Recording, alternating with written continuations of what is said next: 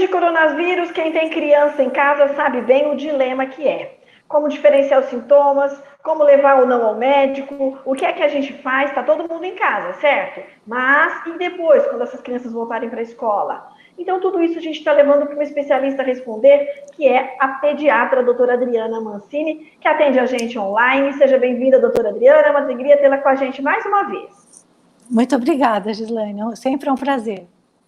Bom, essa dúvida de saber se leva ou não ao pediatra, enfim, agora nesse tempo de pandemia, a situação ficou um pouquinho mais complicada. E vocês, pediatras, precisam ter uma atenção redobrada como um modo como vai atender os seus pequenos pacientes, não é isso, doutora Adriana?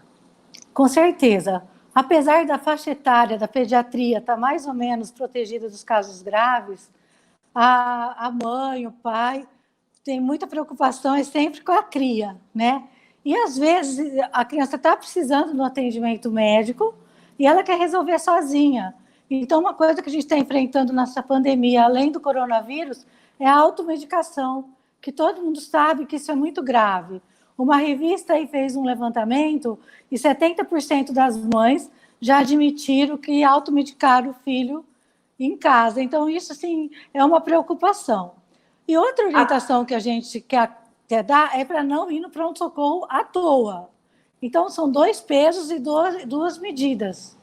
E a gente está aqui para esclarecer. Fiquei muito feliz com esse convite seu, porque as famílias estão angustiadas e as crianças também.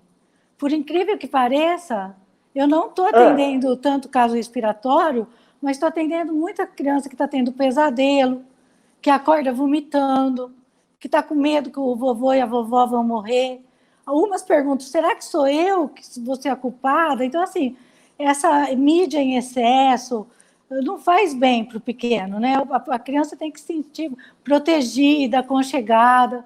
Então, eu tenho um monte de dica para dar para as mães para esquecer um pouquinho do problema que é do adulto, não é verdade? É igual ao regime. Não tem que falar para a criança, você não pode comer, você tem que oferecer o alimento para ela. O corona é a mesma coisa.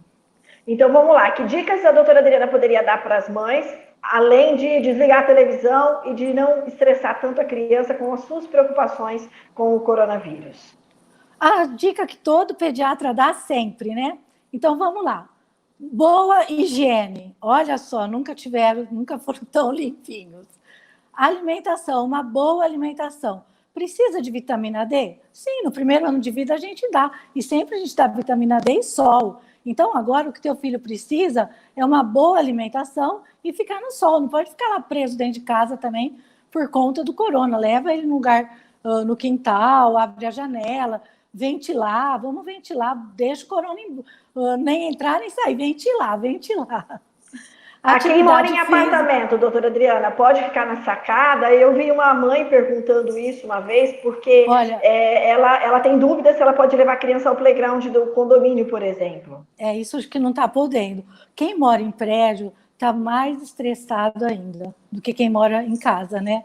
Então, eu falo assim, o exercício, o esporte tem que continuar. Então, a criança não está indo na natação, não está indo no judô, mas pode pular corda. Se você tiver chance, desenhe uma amarelinha no chão, coloca os móveis mais para lá, um bambolê, sabe? Igual quando a gente era criança, tinha que ficar em casa esperando a mamãe. Igual antigamente. Resgatar essas brincadeiras saudáveis, né? Que hoje as crianças já perderam isso. Dá para fazer dentro de casa tranquilamente, né? Outra dica, alimentação. Vamos fazer em casa, né? Vamos fazer em casa, vamos a criança participar. Isso tudo faz parte do vínculo afetivo, as memórias afetivas da criança. Então, para isso, eu acho que a gente tem que tirar proveito do momento. Em vez de ficar reclamando, ai meu Deus, essas crianças fazendo arte, essas crianças pulando. Deixa pular, vamos brincar. A criança tem que ter esse aconchego do lar e ela está tendo, por conta desse vírus, oportunidade de ter. Tá. A doutora Adriana falou no começo que as crianças são assintomáticas e um público de menos risco para o coronavírus. E a Milena, que é mãe de uma bebê de 3 meses, havia justamente me perguntado isso. Que tipo de preocupação uma mãe de um bebezinho tão jovenzinho, tão novinho, tem que ter, doutora Adriana? infelizmente, os poucos casos que tem de casos graves são os menores de 1 ano. Como sempre, quanto menorzinha a criança, mais risco tem. Só que a gente comparando o panorama mundial, praticamente não está tendo caso grave em criança. Só que agora a gente está tendo uma preocupação, por exemplo, a mãe com Covid tendo bebê. Já está recomendado desde o dia 10 o uso de máscara. A gestante tem que entrar de máscara, ficar de máscara, ter o bebê e ficar nos primeiros 10 dias, primeiros 14 dias de máscara, lavando bem a mão para prevenir. Mas aí vocês têm que lembrar que a mãe não... Gente, isso é uma prevenção. É a mesma coisa da sacada. Sai lá fora, a hora que não tem ninguém. Não pode, assim, o ar também não está lotado de coronavírus. Tem que ter bom senso, viu? Os psiquiatras, os psicólogos estão com muitos casos. Pessoa que tem mania de limpeza está em pânico, né? E a criança precisa brincar no chão. Assim, se você estiver isolada com a sua família, tá ótimo, ela não tá com nada.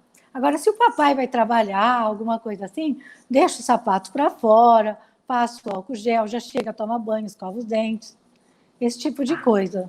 Bom senso sempre. Uma outra coisa que a doutora falou ainda há pouco é com relação a não automedicar, né? Não dar o remédio por conta própria para o filho. Então, nesses casos, o que a mãe tem que fazer? Ela liga para o pediatra para se informar sobre a melhor conduta naquele sintoma, se é uma gripe, se é um resfriado, se é uma sinusite, uma rinite, enfim, ou agenda uma consulta para não pegar tumulto no consultório, porque nem está tendo também, né? Você tem tido esse cuidado, né? Foi ótimo você ter falado nisso. Antes disso, deixa eu falar outra preocupação, que é o seguinte, a vacinação. A criança tem que ser vacinada, ela tem que ir lá no local tomar vacina, porque tem doença muito grave e de alto risco, não é só coronavírus. A criança está ali susceptível a várias infecções. Então, jamais atrasar a vacina por medo. O local da vacina tem que tomar todas as precauções, a família vai de máscara, o bebezinho até 2 anos não precisa usar máscara, porque a máscara, na verdade, é para não passar para ele, não é para ele pegar. Então, precisa da vacinação, viu? Bom, o WhatsApp é uma coisa assim irregular, é complicado.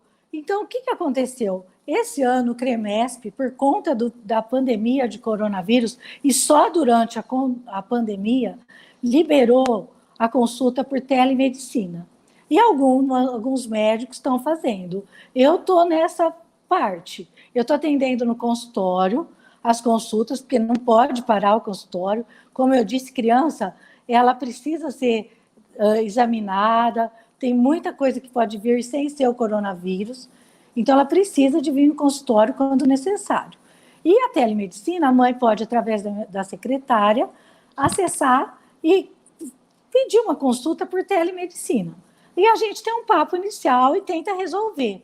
Caso não resolva, ela precisa vir ao consultório. Mas muitas vezes a gente resolve. Então, a gente falava assim, jamais uma consulta por vídeo vai substituir uma presencial, mas uma consulta por vídeo é muito melhor do que se automedicar. Eu mesmo tive uma experiência na minha família, com a minha mãe, a semana passada, não com automedicação, mas assim, eu atrasei 2 dias, ela ficou internada 5 dias. Ela teve uma crise de abdômen agudo e a gente tentando controlar em casa, atrasamos 2 dias o diagnóstico dela e ela ficou num quadro muito grave, precisou de 5 dias de internação com todos os cuidados. O pessoal teve todo o cuidado, suporte para não... Então, tipo assim, eu estou ensinando vocês e também estou levando meus tombos aqui. Isso. Doutora Adriana, a gente agradece imensamente a sua participação. Infelizmente, o tempo é curto, mas é importante lembrar para os pais não darem remédio por conta própria, buscarem ajuda do pediatra e, quando necessário e não ser resolvido via internet ou via tecnologia, leva no consultório com horário agendado. É assim, e mais 2 coisas. Cuidado com acidentes de infância e cuidado com a angústia do seu filho. Não diminua a angústia dele com o seu problema. Eu estou com medo de pegar, minha mãe vai morrer, meu marido vai ser mandado embora, nós vamos passar fome. Calma, conversa isso longe dele. A criança não tem necessidade de escutar isso. Ela já tem as angústias próprias da idade. Tenta lembrar quando você era criança. Volta lá atrás, tanto nas brincadeiras como nos teus sentimentos. Respeite o seu filho. Muito obrigada, doutora Adriana. Foi uma alegria tê-la com a gente, viu? Até a próxima vez. Foi uma alegria para mim também. Obrigada.